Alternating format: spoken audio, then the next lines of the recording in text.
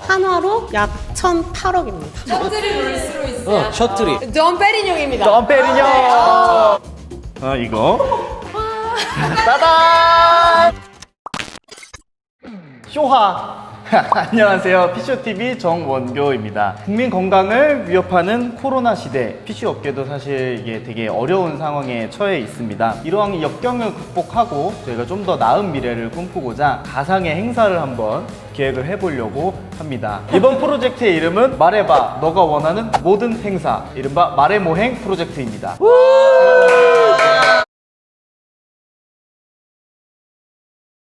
말해보행 익명의 의뢰인으로부터 행사 기획을 요청하는 의뢰서가 하나 들어왔어요. 얼마 전에 위대한 개츠비라는 영화를 보게 되었어요. 개츠비 맨션에서 펼쳐지는 화려한 파티를 보고는 그만 넋을 놓고야 말았답니다. 이런 어마어마한 규모의 파티를 한국에서 열려면 어떻게 해야 할까요? PCOTV에서 전문적으로 기획해 주셨으면 좋겠습니다 라고 요청을 해 주셨어요. 그래서 저희가 또 이 의뢰서를 미리 받아보고 또 우리가 의상을 또 이렇게 시대에 맞게, 그 시대 1920년대거든요 1920년대 각계각층의 존재감이 너무 각계각층의 쟤는 여기 네. 누구셔요? 각계각층의 여러분들을 모셔봤습니다. 20년대에 만년 2등인데 1등을 노리는 테니스 선수입니다.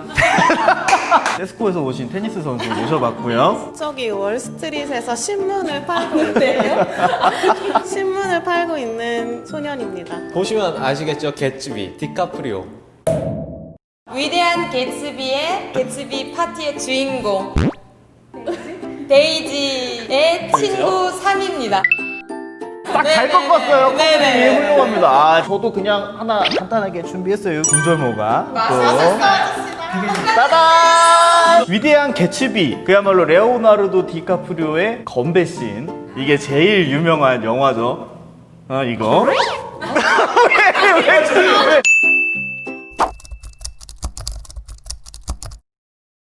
자, 그럼 본격적으로 우리 이제 이 기획을 하기에 앞서서 이 영화 어떤 영화인지 좀 설명을 해야겠죠? 이 영화는 1920년대 미국 뉴욕이 배경입니다. 제1차 세계대전 이후 미국의 부가 급격히 늘어나던 시대였죠. 이때 재즈나 스윙 댄스처럼 미국만의 문화가 도래했다고 해요. 미국의 부를 가장 잘 보여주는 문화적인 인물로 개츠비가 유명하죠. 근데 이러한 국민 부자가 매주 주말이면 주말마다 본인의 저택에서 파티를 여는 이유가 딱 한 가지 있습니다. 사랑하는 여자를. 네, 한 번쯤. 부럽다. 아니 지금 왜? 기뻐하세요.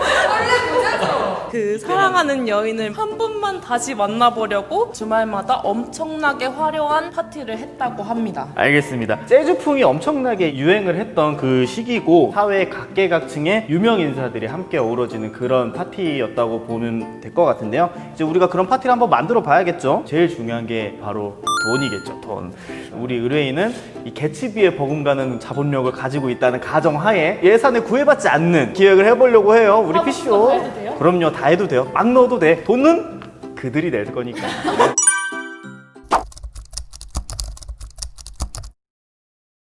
제일 먼저 도대체 이 파티 한국에서 어디에서 해야 될까요? 좀 조사를 해보셨죠? 윤지준님? 개츠비 맨션이 뉴욕 롱아일랜드 웨스트에그에 위치해 있습니다. 사실 웨스트에그라는 지명은 작가인 피츠제럴드가 만들어낸 지명이고요. 실제로는 이 롱아일랜드의 그레이트 넥 지역이라고 할 수 있는데요. 이 지역 주택의 대략적인 가격이나 스케일을 알아보기 위해서 개츠비 맨션과 동일한 지역에 위치한 실제 뉴욕의 부동산 매물을 제가 찾아보았는데요. 이 저택은 1928년에 완공이 되었고요. 무려 9,000평의 대지 위에 건설된 콜로니얼 양식의 대저택입니다. 방이 무려 침실만 13개가 있고요.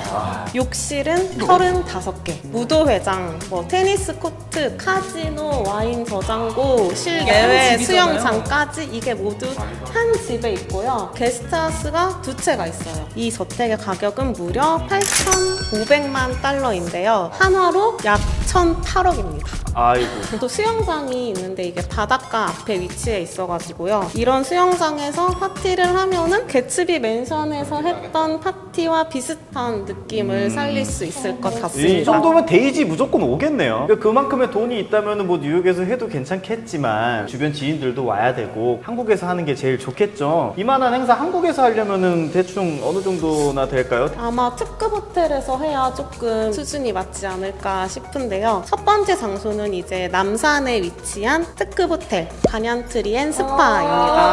관광 검색어에 풀파티가 이제 뜰 정도로 정말 유명한데요. 새벽까지 풀파티가 진행이 된다고 합니다. 신나는 음악, 화려한 조명, 맛있는 음식들로 이렇게 둘러싸여서 파티를 하면 정말 개츠비 부럽지 않을 것 같죠. 부산에서 소개드릴 호텔은 기장군에 있는 힐튼 호텔입니다. 외관부터 이제 내부 인테리어까지 굉장히 예술적이잖아요. 10층에 바가 하나 위치해 있어요. 맥퀸즈 바라고 하는 약간 작은 규모의 바가 위치해 있는데 기장 바다의 풍경을 보면은 정말 아름답죠. 샤워요. 아름다워요. 포천공항 바로 옆에 위치한 파라다이스 호텔인데요. 만약에 외국인 참가자가 많다면은 여기에서 해도 굉장히 좋을 것 같은데 뭐 수송하기도 편리하고 분위기를 핫하게 만들 수 있는 장소를 찾아봤는데요. 클럽 크로마입니다.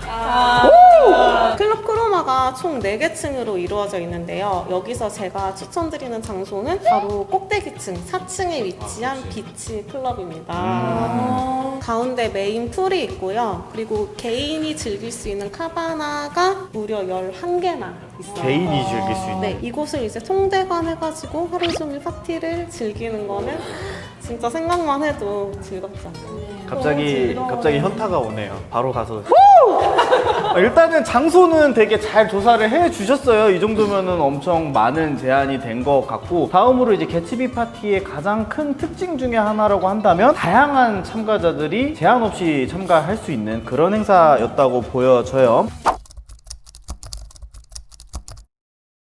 당대 최고의 셀럽들이라든가 갱스터들까지 올 수 있는 그런 행사였다고 하는데, 영화상으로는 누구나 즐길 수 있는 파티 좋지만 현실적으로는 어떨까요? 상엽 대리님? 사실 쉽지 않죠. 현실적으로 접근하기 위해서 먼저 PCO의 눈으로서 개츠비 파티의 초청과 참가자 관리를 소개를 드려볼게요. 개츠비 소설에 보면은 주말 아침 9시부터 자정까지 롤스로이스로 참가자들을 계속 실어 날렀다 라는 멘트가 나오는데요.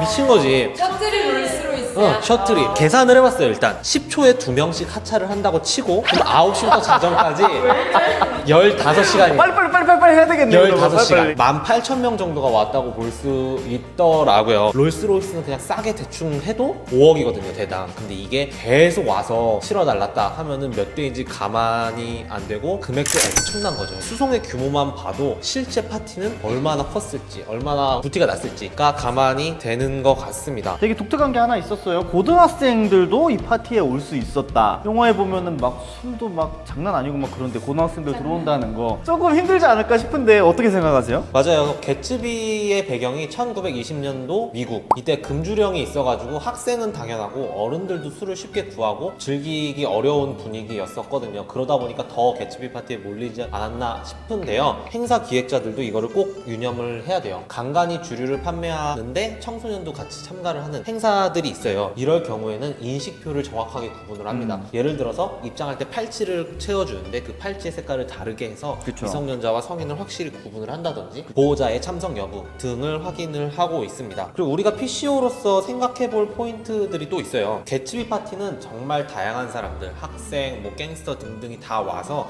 즐기기를 원하는 개츠비의 마음이 있었던 파티이기는 했지만, 요즘에는 수익, 흥행, 사회공헌 등 우리가 주로 말하는 행사의 성공에 가까워지려면 이렇게 5만 가지를 다 때려박은 개츠비 행사는 성공에 가까워지기 어려운 특성이 있습니다. 그래서 요즘에 하려면 카테고리를 좀 묶어주는 게 좋아요. 마지막으로 이야기를 드리면, 지나가다가 아무나 들려서 아무나랑 대화를 하고 막 떠들고 이런 쉬운 행사를 요즘의 기성세대들은 원하지를 않아요. 그래서 이런 카테고리 분석 정확히 행사의 성공을 위해서 필요할 것 같습니다. 그런 파티보다는 조금 더 참가자들을 카테고라이징하고 그다음에 그들을 손쉽게 구분하고 관리할 수 있는 그런 체계를 만들어야 된다고 좀 맞아요. 말씀해 주시는 것 같은데, 그리고 또 한 가지 더 얘기를 드리자면 혼자서 이렇게 초청장을 들고 다니면서 개츠비 씨 어디 있어요? 라고 찾고 다니는 인물이 맞아요. 한 명 있어요. 데이지의 사촌 오빠죠. 이 초청장이라는 것은 우리 PCO 입장에서 굉장히 중요한 요소잖아요. 또 한번 설명을 한번 해주시는 게 좋지 않을까 싶어요. 이 씬에서 두 가지 포인트를 좀 얘기를 할 수 있을 것 같아요. 첫 번째는 초청장, 두 번째는 뭐 등록 데스크 또는 VIP 데스크인데요. 일단 초청장이 있다는 거는 사전에 주최 측이나 뭐 사무국에서 초청 대상자를 선별을 했다는 거예요. 그렇게 해서 초청장을 보낸 거고, 이 파티의 초청 대상이 한 명이에요. 개츠비의 사촌 오빠. 근데 상당히 아니죠. 데이지의 사촌 오빠. 네. 개츠비는 남성입니다. 집중하고 있나 테스트 한번 해보려고. 아, 그쵸. 아, 눈 감길라 그랬는데 확 뜨네요. 집중 감사합니다. 좋습니다. 데이지의 사촌 오빠. 그렇죠. 한 명이 초청 대상인데 이런 경우는 좀 특이한 케이스고요. 보통은 많은 사람들이 참가를 하고 VIP로 소수의 몇 명을 초청을 하는 경우가 대부분. 그쵸. 다음은 이제 등록 데스크 또는 VIP 데스크를 이야기를 드릴 건데요. 이게 영화여서 그렇지 사실상 데이지의 사촌 오빠처럼 네. 초청장을 한 명만 받았다라고 하면 정말 VVVIP거든요. 그런 사람인데 와가지고 이미 나 초청장 있는데 어디로 가야 돼요? 어디로 아, 가야 이거 돼? 말도 안 이러는 되는 거예요. 겁니다. 이러면은 일단 벌써 행사는 대위기 속에 빠졌다. 그렇죠. 보통은 일반 참가자와 이런 VIP를 구분을 해서 프라이빗한 공간이라든지 다른 곳에 등록 데스크나 VIP 데스크를 그쵸. 만들어서 그분을 미리 어떻게 오라고 안내를 해드리는지 의전 차량을 통해서 모시고 옵니다. 그 절차를 밟아서 착착착 다음 순서로 안내를 해드릴 수 있게 하는 게 보통의 VIP 행사 경우가 이렇습니다. 사실 이 정도 VIP면은 이렇게 왔다 갔다 안 해요. 그냥 슥 지나가서 바로 개츠비랑 악수하지 대기실 바로 같은 것도 간다. 따로 있고요. 그렇죠. 네, 사실 맞아요. 개츠비가 와서 맞이를 해야 돼요. 끝난 거야, 끝난 거. 하는 이유죠. 그래서 PCO와 파트너를 꼭 맺어야 됩니다. 출입 통제 부분에 대해서도 비슷한 맥락으로 할 말이 많아요. 실제로 영화처럼 허술하게 관리를 할 수가 없어요. 그렇죠. 말했던 VIP, 일반 참가자, 무료 참가자 다 동선이 다르고 너를 제공사항도 다르고. 제공사항도 다르고 너무 다른데 그냥 다 때려박는다. 이거는 진짜 가능은 하지만 문제가 많이 이걸 생길 누가 수 이런 있다. 걸 하겠냐라는 걸로 볼 수 있습니다. 현 시점에서는 이게 꼭 그들의 계급, 그레이드를 나눈다는 구분이라기보다는 각자 원하는 게 다 다르거든요. 맞습니다. 그렇기 때문에 원하는 걸 더 잘 제공하고 누릴 수 있게 해주기 위해서 그 그렇습니다. 부분을 좀 하고 있습니다. 꼭 그에 맞는 서비스를 이제 맞아요. 그에 맞는 서비스를 잘 해줄 수 있는 건 PCO다. 이렇게 마무리하면 되겠죠. 이렇게 영업을 하면서 마무리하도록 하겠습니다. 보면은 먹는 거, 마시는 거 진짜 어마어마하거든요. 한번 설명을 좀 해주시죠. 제일 중요한 게 아무래도 행사 컨셉하고 행사의 기획 의도 이런 게 그렇습니다. 되게 중요하거든요. 개츠비 파티에서의 이 기획 의도는 별거 없어요. 럭셔리, 화려함, 세상 최고. 별거 없는 게 아닌데요. 이것만 해도 엄청난 건데요. 얼마나 화려합니까? 우선 저희가 케이터링을 먼저 한번 준비를 해볼게요. 개츠비 맨션은 사실 개인의 집이잖아요. 약 1,008억 정도 하는. 네. 우리가 이제 전문 케이터링 업체를 불러야 될 것 같아요. 케이터링 업체에 뭐를 먼저 요청을 할 거냐. 우선은 여기 이 깃털 언니가 들고 있는 요 샴페인. 샴페인. 모에샹동에서 나온 1921년 산 빈티지 dom페리뇽입니다. 덤페리뇽. 추산을 해보니까 15리터 정도 되는 것 같아요. 이 크기가 거의 사람 키만 하거든요. 1920년대가 그 미국에 금주령이 있던 시기이기 때문에 그쵸? 일단 술을 못 삽니다. 어둠의 경로로 샀어야 됐기 때문에 지금 거의 마약 사는 거랑 비슷하다고 보시면 지금 현 시점 2020년에 빈티지 dom페리뇽을 산다면 얼마냐? 약 15만 2,000불 1억 8천만 원 정도 됩니다. 1억 8천을 다 마시고 다 내보내는 거잖아요. 그렇죠. 너무 아깝다. 선택에 따라서 안 내보내셔도 되는데 사고라고.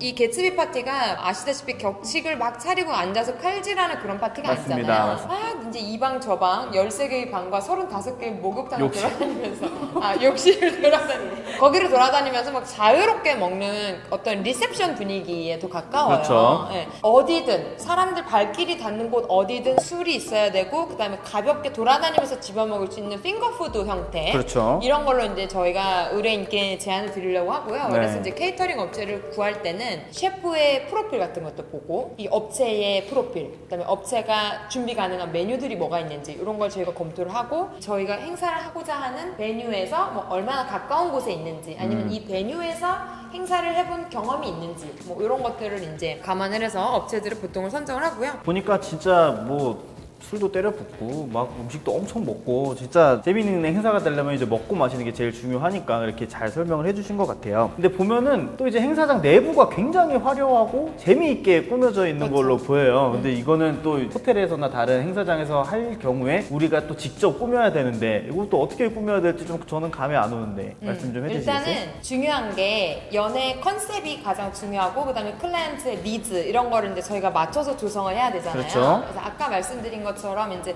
이 파티는 1920년대에 세상 화려하고 그다음에 럭셔리한 이런 파티이기 때문에 1920년대에 많이 활용됐던 아이템들을 쓰면 좋을 것 같아요. 아, 그래서 그쵸. 제가 이제 3가지 정도를 뽑아왔어요. 첫 번째는 타조털, 돈페리뇽을 들고 있는 깃털 언니가 들고 있는 네. 그런 것들이 이제 타조털입니다. 아하. 그런 거를 굉장히 활용을 많이 했고요. 두 번째로 또 사용하는 게 진주. 아 지금 보이시죠?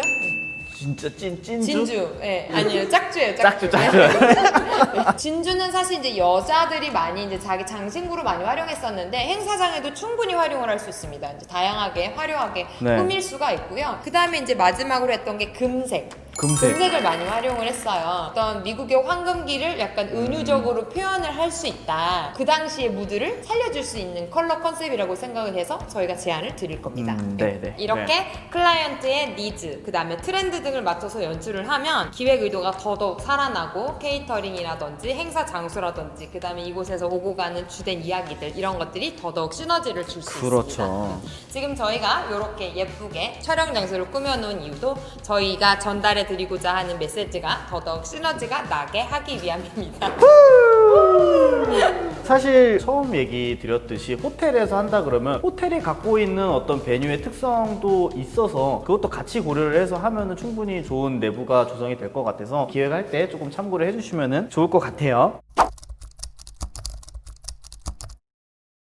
이제 이 파티의 활용 점정이라고 할 수 있죠. 파티의 분위기를 있는 힘껏 올려줄 수 있는 공연과 이벤트. 제가 몇 개 이제 섭외안을 들고 왔는데 좀 말씀을 드려볼게요. 영화에서 파티를 이끄는 메인 MC가 있고 뭐 피아노를 치시는 분, 춤추는 댄서들은 뭐 기본적으로 여기저기 다 있었고 그런 분들도 사실 뭐 자발적으로 참석한 거라고 볼 수도 있겠지만 사실은 저희는 섭외했다고 보여지거든요. 그런 공연단들은 분위기 자체를 통일성 있고 화려하고 자기가 원하는 분위기로 끌어가려면 공연단을 섭외했다라고 생각을 해서 저희가 좀 섭외를 비용에 구애받지 않고 한번 저희가 해보도록 하겠습니다. 제일 먼저 파티 분위기를 이끄는 MC 한번 제가 섭외를 해보려고 하는데 파티하면 빼놓을 수 없는 박나래 씨 한번 제가 섭외를 해보려고 해요. 어때요? 괜찮죠? 네. 음악을 주도하는 피아니스트 개인적인 취향인데 놀면 뭐하니라는 TV 프로에서 나온 손여름 씨 있어요. 혹시 보셨어요? 관련 자료들을 볼 때마다 정말 입이 떡 벌어지게 만드는 그런 대단한 피아니스트여서 한번 섭외를 해보고 싶기도 하고 전문적으로 DJ도 한 분 계셔야 되잖아요. 한국에서 되게 잘 나가는 DJ 소다라는 분이 또 있더라고요.